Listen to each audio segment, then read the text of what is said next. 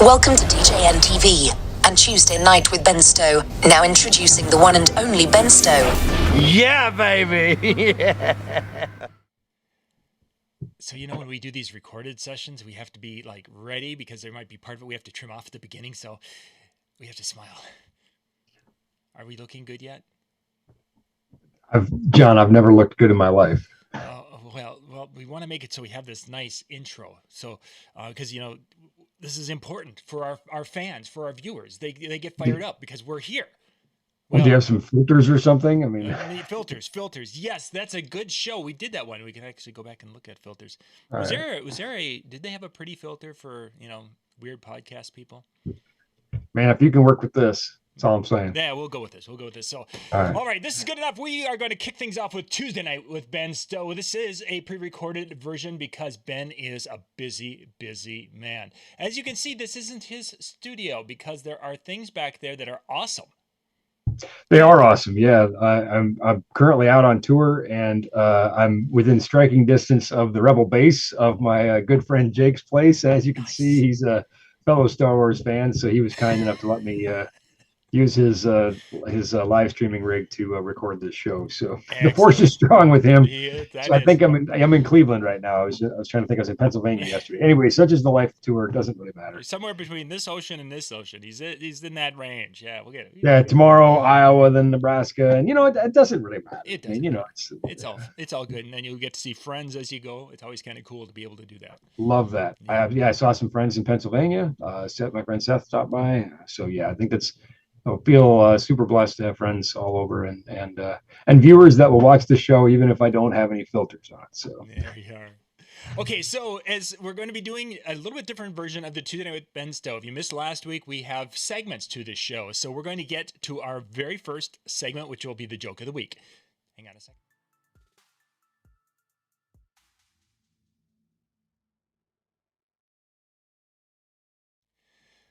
Okay, Ben, what do you have for us this week with this week's joke of the week? Well, everybody who knows me knows that I'm kind of a nerd, right? I'm a geek, Star Wars fan and all that. So this, I get to combine geeky things and DJ into my joke here. So what is Albert Einstein's DJ name? Albert Einstein's, I have no idea. MC squared. MC squared. I see. Now, I was going to say at the end of time we'll have to have a vote and see which one that people groan the most at. Yeah. Okay, so there was our joke. Let's jump into our first question tonight.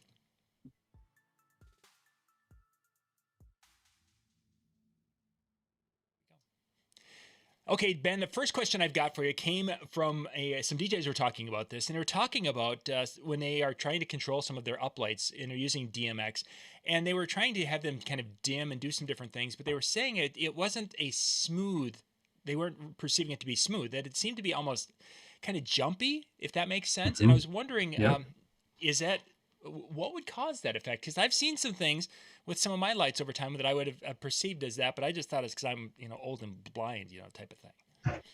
Well, both might be true. Oh, okay.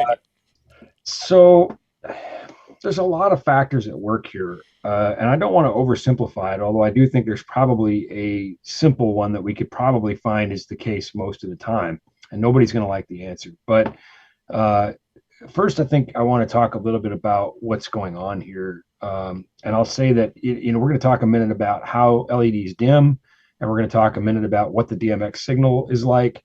And these things could manifest themselves in the way the console sends the signal, the refresh rate of the signal, which we'll look at in a second.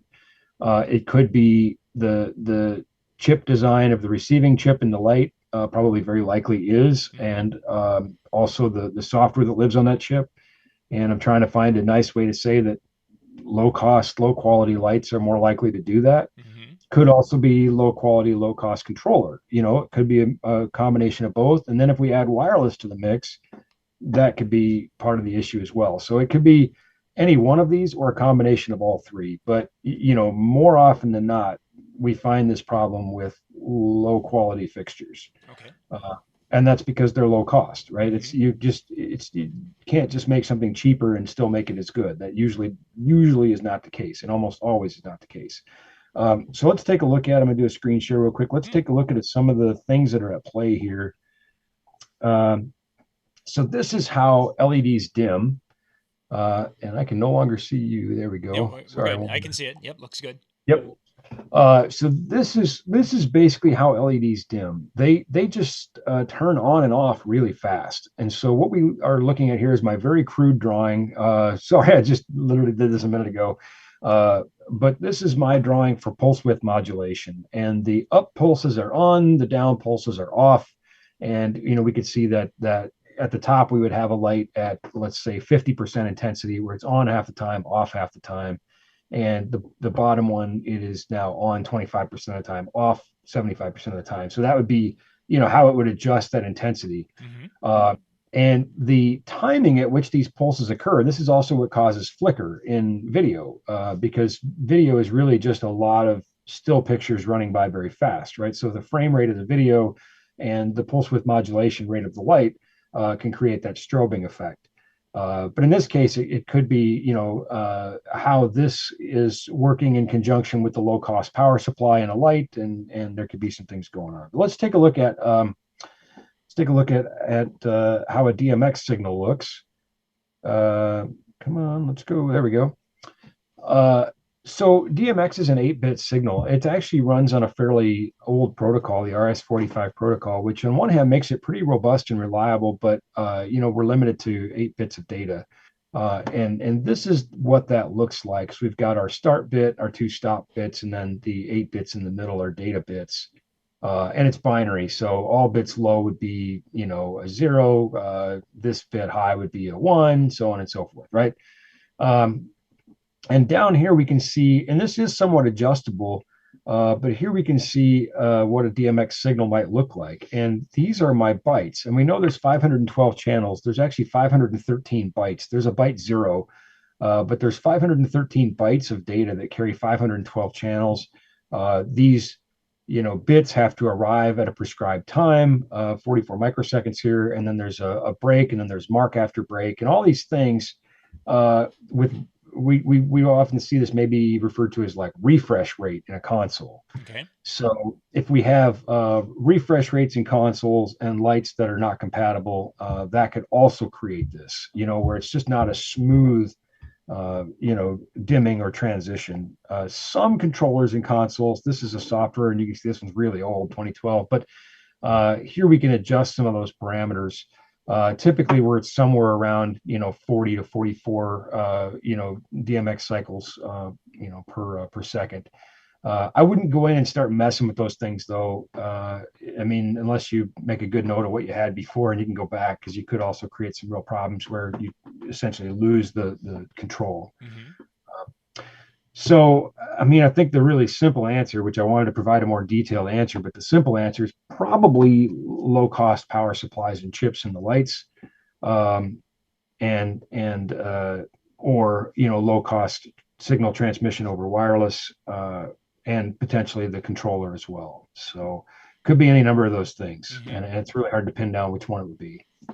I was kind of wondering, as I was, thinking about DMX and some of our little programs that they have already built into them when we're going through, and let's say that we're looking to change colors with the DMX channel, is that 0 through 10 is maybe one color, 10 through 20 is another, that type of thing. And I was wondering if it was similar, possibly in the dimming world, is that 0 through 5 might be one dim setting, and then 5 through 10 could be another dim setting. And that type of a thing could be, if that would be carried over into dimming. Certainly in the software and the light, it absolutely could be. It's perhaps that, but when we think about, let's say, 100% dimming, right? We've got 0 to 100, but our DMX value is 0 to 255. So we should have more resolution in the DMX signal if we went simply down in steps, 255, 254, 253. It's possible. I'm not going to say it's not, because I think we're trying to talk about potentially thousands of different fixtures here. Mm-hmm. But that also could be sort of a manifestation of how that software is integrated into the and when I say software, I mean in the light itself, is integrated into that interpretation and how it translates that DMX value out to a pulse width modulation value to change the intensity of the LEDs. Okay. Excellent. Good, good. Let's jump to our next, which would be the photo of the week.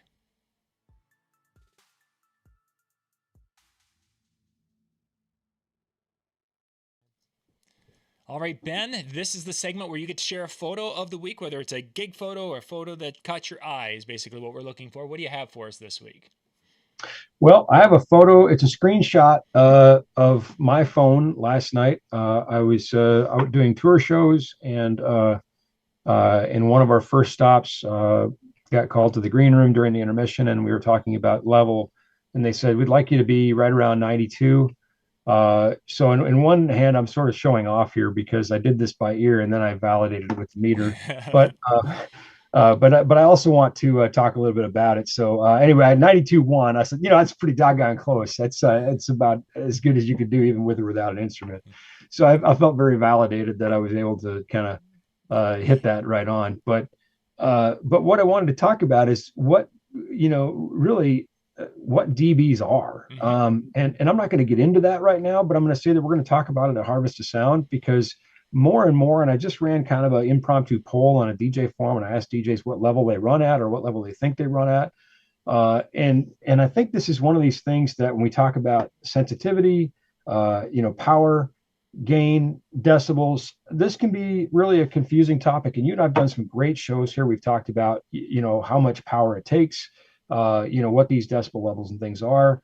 But I was really thinking about that as I was in this room, and a couple of my really good DJ friends showed up to this tour show and got to hang out with me. And so we got to kind of talk about, like, what's this experience like on the dance floor versus in a concert, and what's appropriate, what's not enough, what's too much.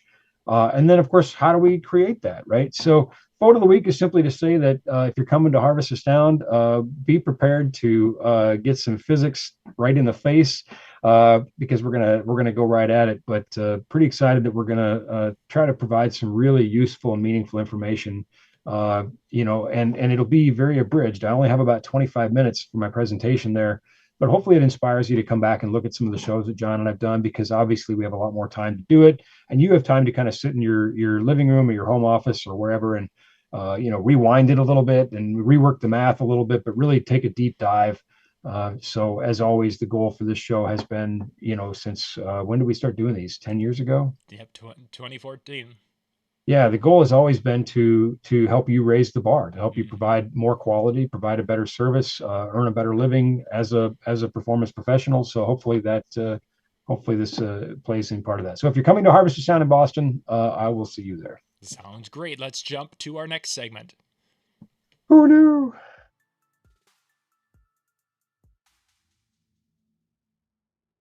I need to stop sharing the screen. All right, we are back, and this segment is where Ben gets the microphone and he gets a chance to riff. Sometimes it's going to be motivational, so that's what we call it a TED Talk, but sometimes it might be, why are they not making more Star Wars movies? It could be important things like that too. Whew, you just about changed my topic there when you said that. But no. I thought, why aren't they making more Star Wars movies? It should be. What's up? And why is season 2 of Andor not out yet? Honestly, honestly, look at it's exactly. So to where that's you. Well, in case your first time watching, I'm a bit of a Star Wars fan. Future show, we'll do that one. What's that? Future show, we'll do that one. Oh yeah, future show. Yeah.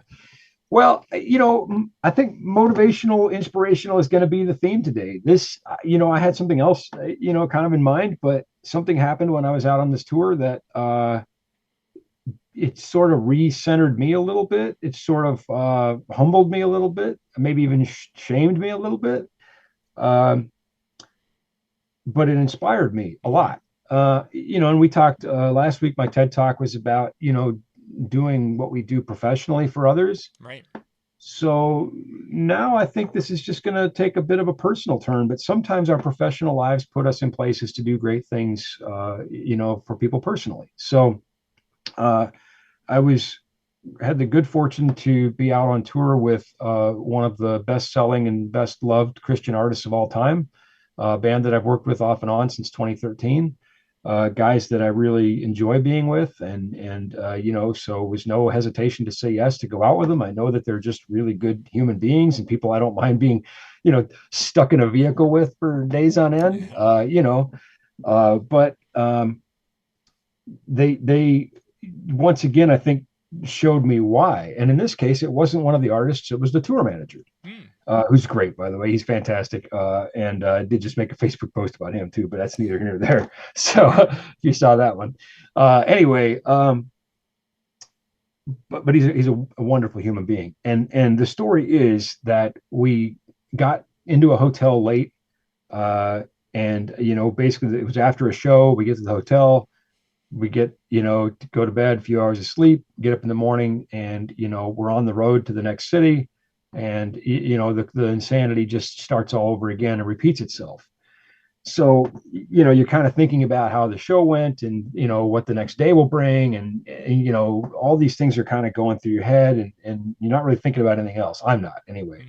So we walk into this hotel, and as we walk into this lobby, we all kind of, I guess, I noticed a young woman sitting in over by like a fireplace in the lobby, kind of in a darker area, and reading what looked to be a Bible. And I thought, I wonder if she realizes that one of the best-selling Christian artists of all time just literally walked by her. I thought, and that was kind of where my mind went. And that probably wasn't where my mind should have went. And that's because the tour manager saw things differently and saw them better. So we all went to our rooms. We didn't know this happened, but he went over to her and he asked her if she was reading the Bible. And she said, "Yes, I am." And he said, "Do you like Christian music?" And she said, "Yes, I do." And he said, "Well, I'm the road manager for this band, and I just want to give you this CD." And so he gave her one of the band's CDs. And that was that. I didn't even know what happened. Sure. The next day, we're on the road. We're enjoying donuts and coffee and talking about the day to come. And but as we had walked out of the hotel, apparently, front desk clerk had handed our tour manager an envelope. So this envelope then got opened, and inside there was a 2-page handwritten letter, which we all read. And it was a letter from the young woman in the lobby, who was apparently trying to escape a very abusive situation, was kind of on the run, so to speak, to try to get away, was seeking comfort, and a turn of events, right? Anyway, the letter was very powerful. That simple act of him just dropping off a CD showed her that people care, and touched her in a really meaningful place. And there was not a dry eye in that vehicle. Sure. Wow. Every one of us, it really made us think about the power we have to change how somebody else's day might go. So I'm going to try to do a better job of not sleeping on those opportunities. And this is for me to challenge you all to do the same. Yeah. Great story. Powerful stuff there, Ben. Thank you for sharing. Let's jump to our last segment. Here we have one more question for the week.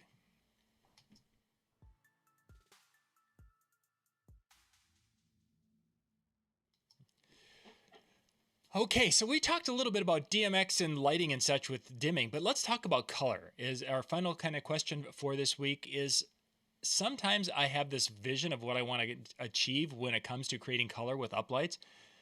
And then there's the reality. And it just, I'm looking at the little graphs and things, and it just doesn't seem like it should be that hard, but I just cannot create some of the colors that I would like to have. What am I doing wrong?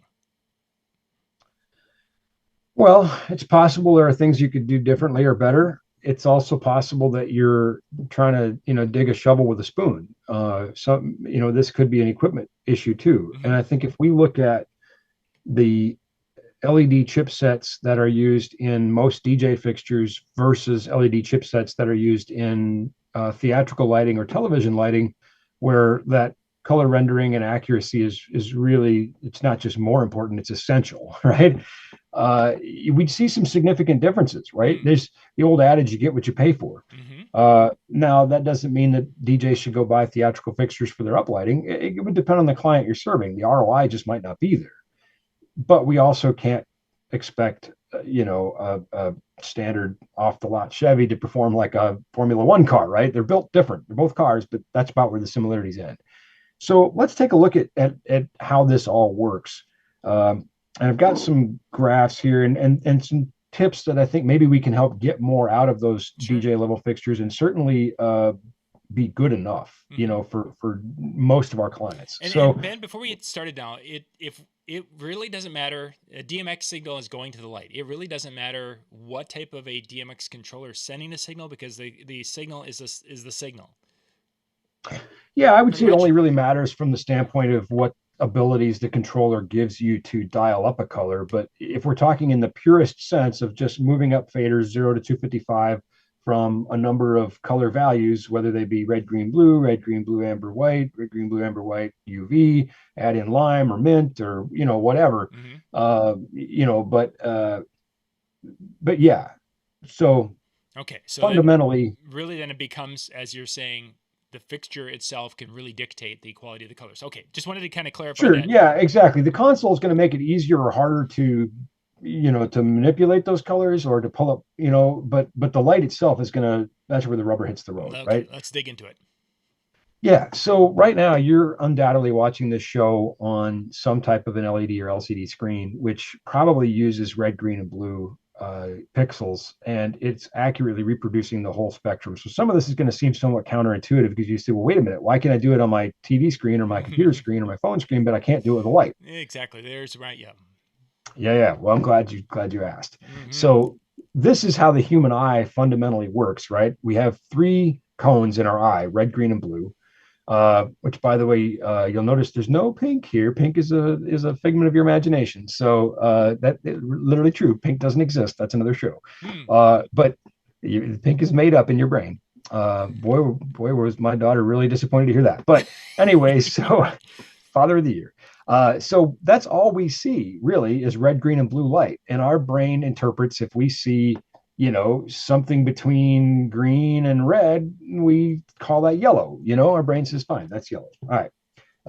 Another way of looking at that is here we have kind of an overlay of some spots, and you can see that where the green and the yellow overlap, our brain says, hey, that's yellow.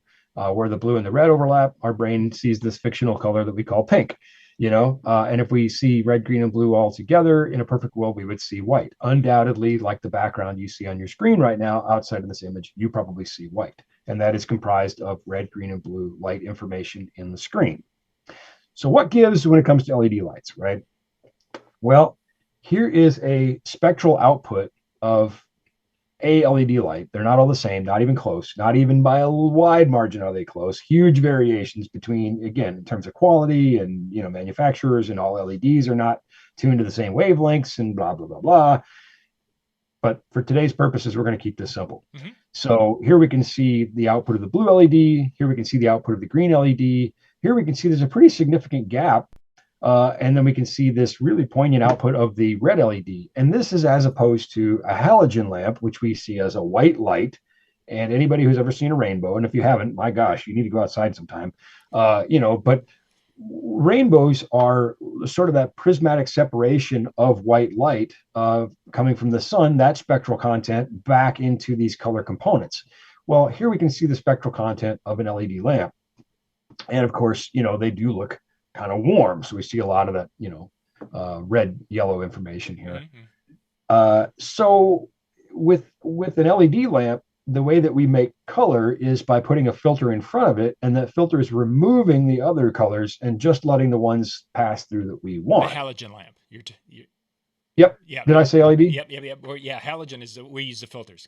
Okay. I'm sorry. Yeah. Sorry. So on the halogen lamp, where we have full spectral output, that's where we put like a gel filter or something in front.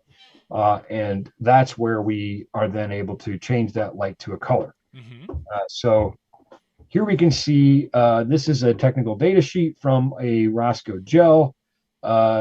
and you can see how it's kind of really cut down a lot of this blue, and it's letting a bit of the yellow through and a bit more of the red, and it's showing us what is going to pass through from the original spectral content. Now, if we jump back, it would depend on how much of that you have too, right? You can't, the gel isn't going to add light, it's only going to subtract light. Well, in the LED world, it's very different. In the LED world, we're back to this sort of thing where we're adding red, greens, and blues to try to create colors.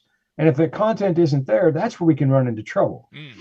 The other place we could run into trouble is the optics. And this is the biggest thing, really. The biggest thing I think is how those colors mix. So on the top left here, you can see, we'll call them bubble LEDs, but these are surface mount soldered, 5 millimeter, 10 millimeter LEDs, whatever. And they're individually colored. And, we remember these from older fixtures. Everybody knows the color mixing is not amazing. At a distance, it's more believable, but that's because those colors are starting to blend. Our brain is seeing those colors overlapping, and it's interpreting that and saying, oh, yeah, that is, in fact, yellow. All right. One of the ways they solved this problem was to add amber LEDs, because amber was a hard color to make. That was a big gap between green and red, right? Then, of course, we have SMD LEDs, where, these are surface mount devices, and within each of these are red, green, and blue, or red, green, blue, amber, white, or whatever it is now, right? But I'm just sticking with RGB color space for simplicity here. Sure.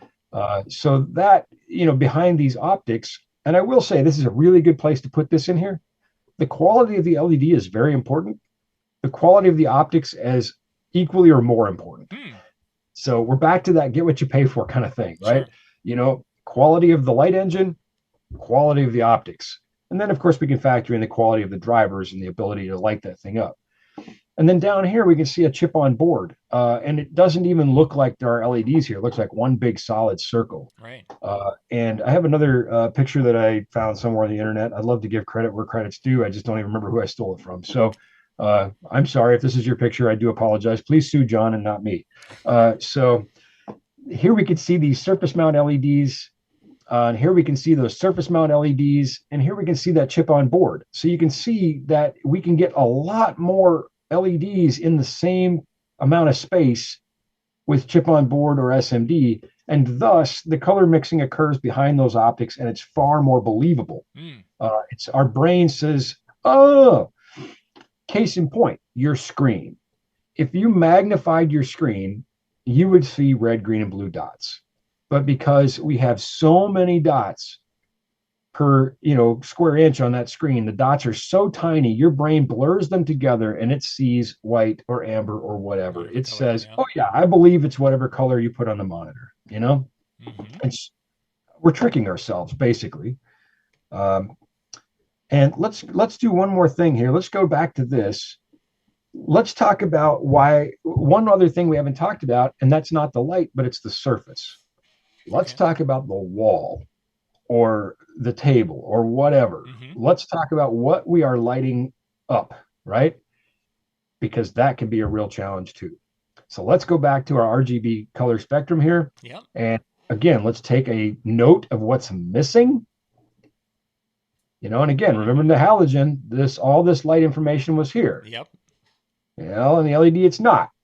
So one of my favorite slides from one of my presentations, I took the punchline out. You'll have to come to one of my live presentations to see the real punchline here, but it still serves the purpose. These are all objects that I think everybody knows are yellow, right? Bananas are yellow, rubber ducks are yellow, rubber chickens, thank you, Alan Trisler, are yellow. And if we look at the white sheet of paper in this picture, what color does it look like to you? It looks yellow. It looks yellow. So why does the white sheet of paper look yellow, but the things we know are yellow, the rubber duck, the rubber chicken, and the banana, why do they look orange? No idea. And that's why we're asking. Good. I was hoping you'd say that. If you stole my thunder, I'd have been very sad. But the reason is we don't have any yellow light. There's no yellow light. This is a red and green LED being shined onto these objects. And on the white paper, the red and the green diffuse, and reflect back to our eye, and our brain says, oh, that looks like yellow to me because I see red and blue, or excuse me, red and green. I see red and green, so I think it's yellow. So why doesn't it work with the yellow things? Well, the problem is the pigments in these things that make them yellow is absorbing everything but yellow light and reflecting that back. That's why they look yellow under white light. Same way that our filter removed things out of the halogen lamp and made it look like that color. The problem is there is no yellow light. Okay. We're not shining any yellow light on these objects. So they're reflecting back only the wavelengths that they can, which in this case are the edges of those little correct. Yeah, that you just showed us that they're catching. And it's far more prominently red. Yeah, for sure. So it's reflecting. That's why it looks orange and not yellow. So we got only just a short bit of time here. To increase our ability to get more color options, you've mentioned different the Cobb LED with more colors. What are some common colors that people should be looking for when they're looking to buy an uplight that would give them the diversity they want? Well, and again, all LEDs are not created equal. They're not all made in the same factory, contrary to what people believe. Even within the same factory, I mean, Ford makes the Fiesta and Ford makes the F-150. They're not the same, right? Sure. So, I mean, it would be silly to think that all lights really are the same. That's just factually not at all true. So I can't paint everything with a broad brush, but I will say either really high quality theatrical type fixtures, where you've got, red, green, blue, lime, or mint are becoming really popular, amber, those kinds of things, or even most RGB AW, red, green, blue, amber, white, and UV fixtures are pretty good because we start filling in more of that spectrum. Mm-hmm. We now have a white LED, which is a lot of blue, really. We have an amber LED, which kind of lives right between that red and that green. And now, like all things, we see this technology precipitating down to where it's affordable and makes sense for DJs to own it. And we're seeing things with mint and lime. So, ADJ and Chevet Lighting both now are starting to release products with these diodes in them. And it's just amazing the color gamut you can create with it. Mm-hmm. You're like, wow, this is the restrictions are taken off, right? Sure. I really can believably create most of the visible light spectrum for my clients. And it gives us some resources to work with pigments and things that we have to, if we're trying to light up a surface, I don't know how many times you light up a rubber chicken, but, let's just say we're trying to light up a darkly painted wall or, a heavily pigmented paint, and we're absorbing a lot of the useful wavelengths we have, and we only have a couple diodes to work with. Now having some more options can help kind of fill in those gaps. Yeah. Nice. Excellent. Thank you, Ben. Yeah, my pleasure. Yeah. Well, thank you guys for being with us tonight with the show. We'll be back again next Tuesday night here. We're kind of doing our run up to Christmas with our Tuesday night shows. If you've got any questions you would like to have Ben answer on the show, just kind of reach out to either Ben or myself, but preferably me because then I can get that because he's on the road all the time. But reach out with your questions and send that to me, and we will kind of go through those and get those to Ben so he can give us an answer on one of the Tuesday night shows. So, and pictures and jokes. If you've got pictures and jokes, Lord knows I could use the help. Yeah, pictures. If you got a cool gig photo you want to share that shows some really neat things happening, obviously we talk gear. Great. We have a couple of people sent some dancer photos. It's wonderful to see dancers and people having fun, but we talk gear here, so aim for that side of it. So yeah, if you get those, reach out, get those to us. And then of course the Tuesday night music show will be coming up next. Brian and Jay and the guys are all going to be in there to get DJNTV.com/chill. Bounce out there and hang out with them tonight and have a good time. Ben, we'll see you next week. Thanks, everybody.